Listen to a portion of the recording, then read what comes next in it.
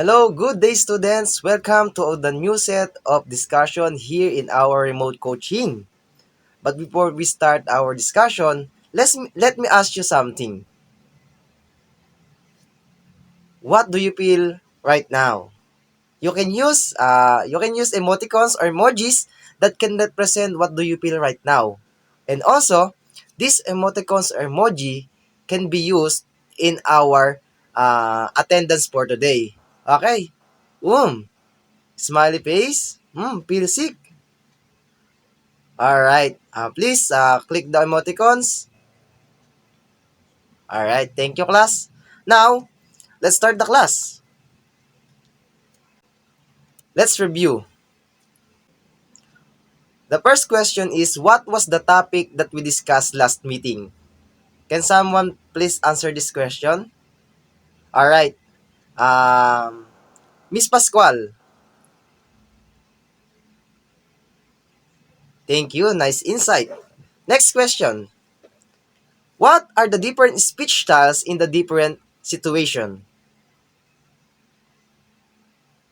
You may click the raise hand if you want to answer.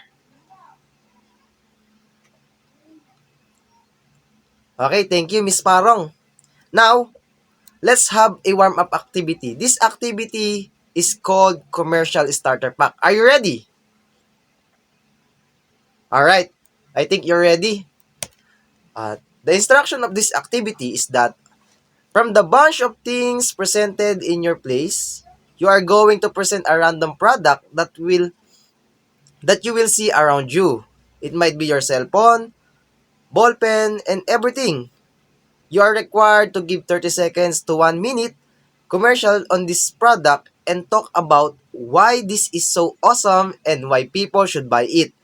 You need to persuade us to buy that product. Alright, look for the things around you. You have 10 seconds to pick one thing that you want to endorse to us. One product that you want to endorse or you want us to buy. You need to persuade me and your classmate to buy that product. Alright? Please click the like button if you have the product. Alright? Alright, for us to know who will perform the class, let us have spin the wheel. Alright, the first presenter will be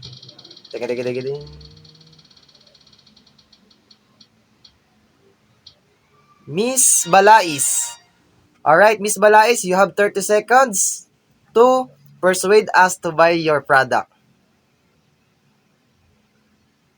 Alright, thank you, Miss Balais. Now, let's move on to the second presenter.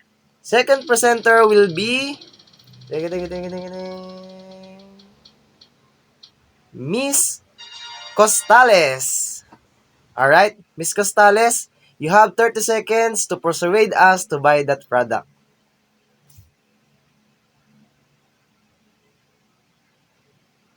Alright, last three presenter. Next presenter will be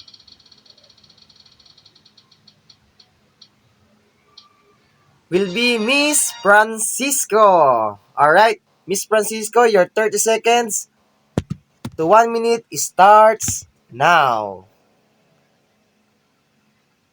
Okay, thank you, Miss Francisco. Next, our next presenter will be Miss Victoria. Okay, your Miss Victoria, please open your cam. Your 30 seconds starts now. Okay, thank you, Miss Victoria. Let's proceed to the last presenter of this activity.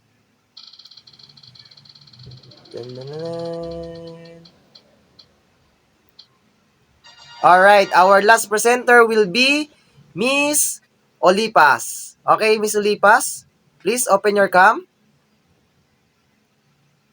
Your 30 seconds starts now.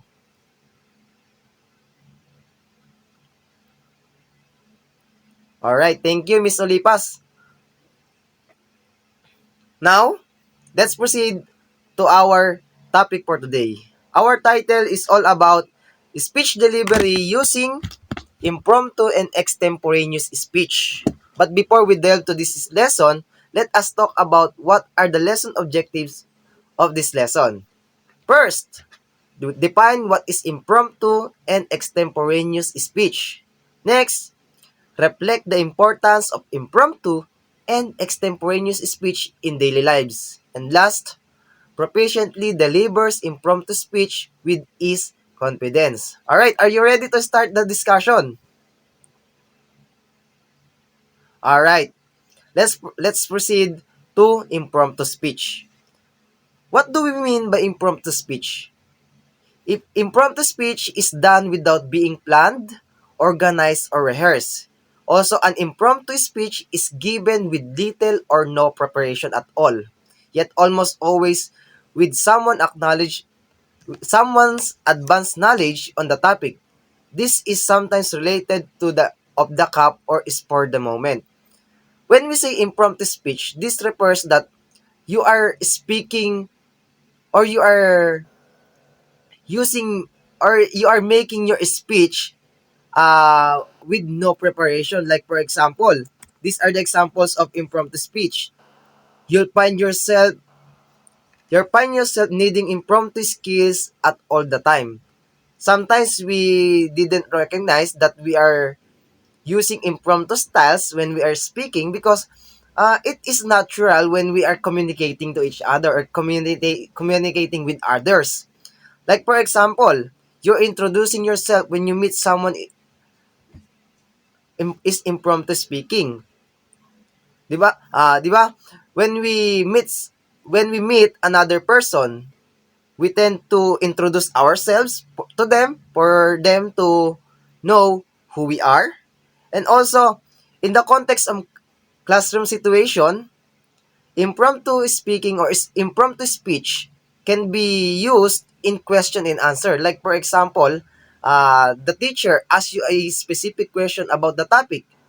Then the student might answer based on his uh, own understanding. Like your student don't have any preparation at all when he or she answering your question. And next example is that explanation of a specific topic. Like for example, yun nga, when your teacher asks you a specific question, then you might explain that specific topic in a concise or brief explanation.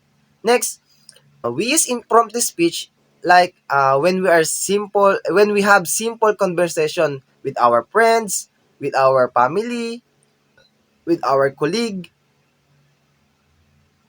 That's the way how we can use or how we can maximize the use of impromptu speech. Like we have, are you okay?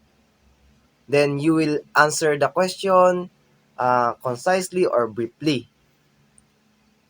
Do you understand what is impromptu speech? To make it simple, impromptu speech is that you are speaking or you are telling something without being planned, organized, or rehearsed. Alright, now let's proceed to extemporaneous speech. Extemporaneous speech is a type of public speaking that involves delivering a prepared but not, always remember this, but not memorized speech on a given topic. When we say extemporaneous speech, you have the list or the notes that you can use as a basis when you are speaking in front of others. Like for example, it is often used in academic or competitive or professional settings where speakers have to present their argument, opinions, or information in a clear and persuasive way. Here are the examples that we can use extemporaneous speech. We can use extemporaneous speech especially in a debate. Why? Because in the context of debate, we need to have a key points or notes that we can use to guide us when we are speaking continuously. Also, when we are presenting something, like presentation or also report.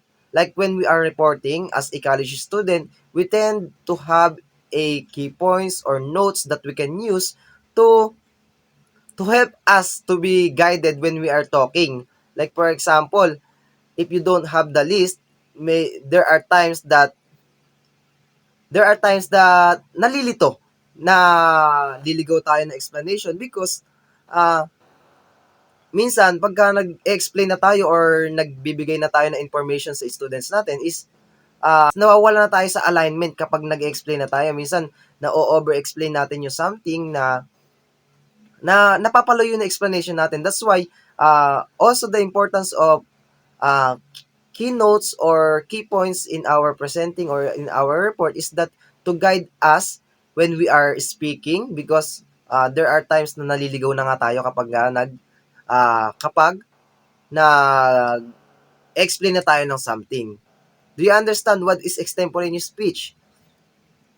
To summarize, impromptu speech is done without being planned, organized, or rehearsed. While the other one, extemporaneous speech, it is a type of public speaking that involves delivering a prepared but not memorized speech on a given topic. Alright, class, do you have any question about the content that I discussed?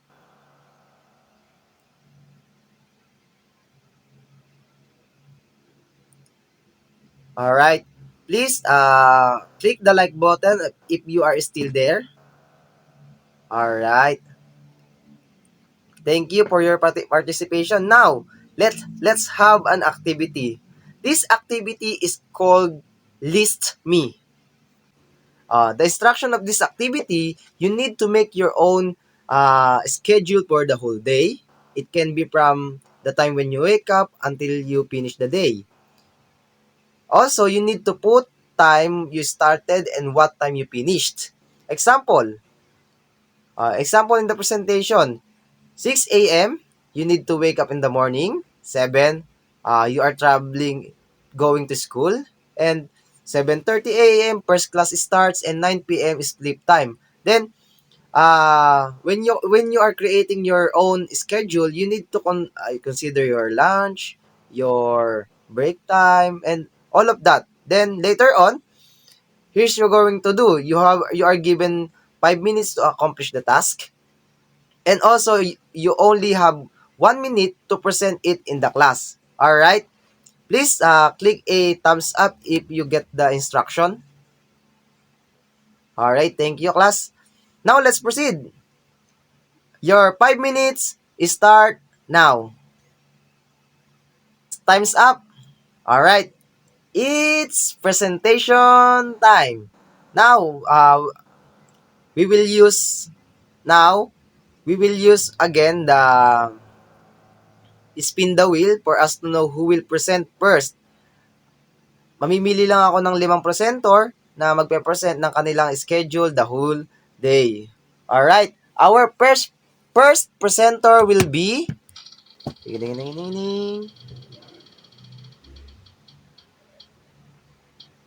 Miss Caparanga. Okay? You have 1 minute and your timer starts now.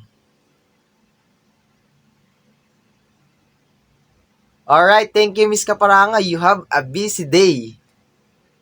Because of your schedule, we know that you are busy person. Next presenter, next presenter will be. Our next presenter will be Miss Navarro. Miss Navarro, you have 1 minute and your timer starts now. Alright. Give her a round of applause. Thank you, Miss Navarro. Next presenter. Third presenter will be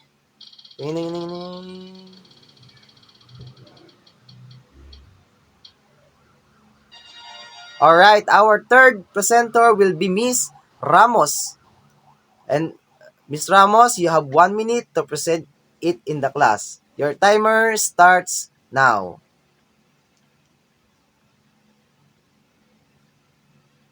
Thank you, Miss Ramos. Next, our next presenter will be Spin the wheel. Miss Capistrano. Miss Capistrano, your timer starts now. Thank you, Miss Capistrano. Our last presenter will be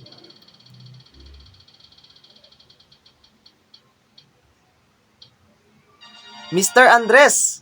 Your timer starts now.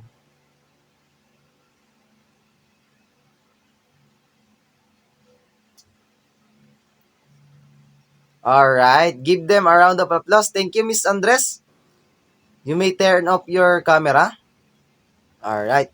Next is, let us have activity number 2, which what we call image starters. Instruction, the picture will flash in the screen and you will explain the image by connecting it in your life or simple elaboration. You will be given 30 seconds to answer, and if you answer it with its confidence, then you might get a good grade to this activity. Alright, are you ready? Okay, alright. First student who will answer this or who will explain this picture will be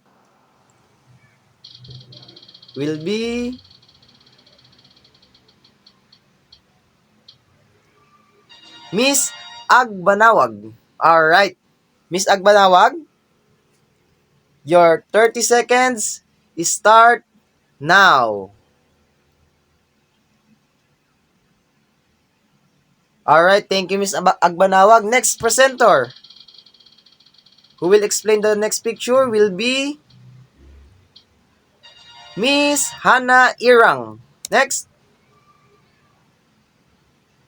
your 30 seconds starts now.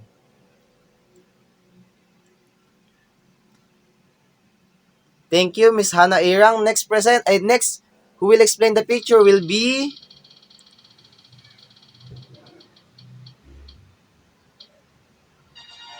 Miss Linsangan. Alright, explain this picture. Your 30 seconds start now. Alright, thank you Miss Linsangan. Let's proceed to our activity number 3 for today's session. This activity is called tourist spots. Now, this is the instruction. Prepare a list of popular attraction, venues, sightseeing in the Philippines. Then, after that, you have 10 minutes to prepare the strategy. But you will know the destination immediately before you speak. You will be given 1 minute to describe and persuade the listeners to go there. Alright? Please click the thumbs up if you understand the instruction. Thank you, class. Your timer starts now. Alright, time's up. Now, I will be picking 5 lucky students that will present here in this GMeet. Alright? Okay, the first student will be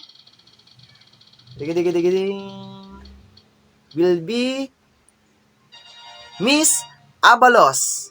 Alright, the place you are going to present is in Luzon. Alright, your 1 minute start now.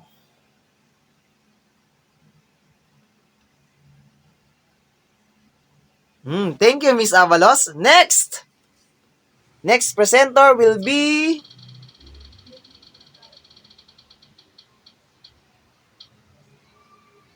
Miss Ramos. Alright, Miss Ramos, your 1 minute, the places you are going to describe will be in Mindanao. Alright, your timer starts now. Ito na yan.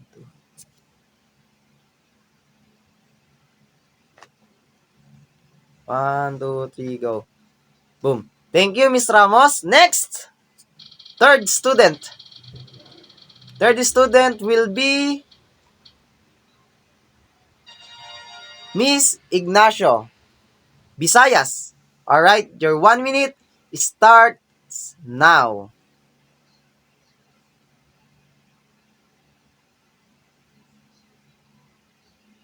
Alright, thank you, Miss Ignacio. Next, port.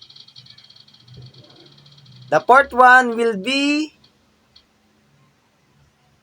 Miss Pangilinan. Alright, NCR. Your timer starts now.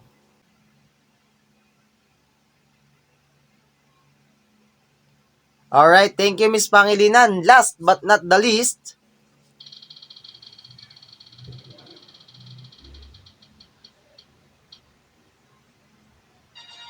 Miss Miss Gotoman. Alright. Region 3. Your timer starts now. Alright, thank you, Miss Gotoman. Do you enjoy our activity for today? Please click thumbs up if you enjoy. Please thumbs down if you don't. Uy, it looks like you enjoy all activity that we do. Let me ask something for us to wrap up the whole session of the day. The first question is, what is impromptu delivery? All right.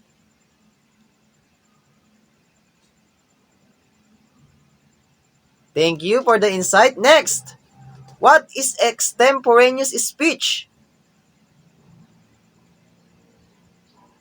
Plus 1 point on our quiz later. Miss Abaco. All right.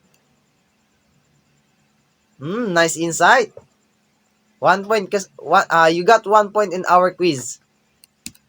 Next, what is the difference between impromptu and extemporaneous speech? Miss Francisco. Hmm. Thank you, Miss Francisco. Next, what is the importance of impromptu speech delivery in everyday lives? Hmm. All right.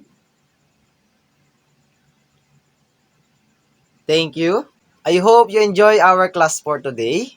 Thank you for participating in our activities. Before we end this session, the link of our quiz will be sent in our group chat. You should accomplish this quiz before 11:59 p.m. today. Please click the like emoticons for me to know if you understand the instruction. All right. Thank you and have a blessed day, everyone.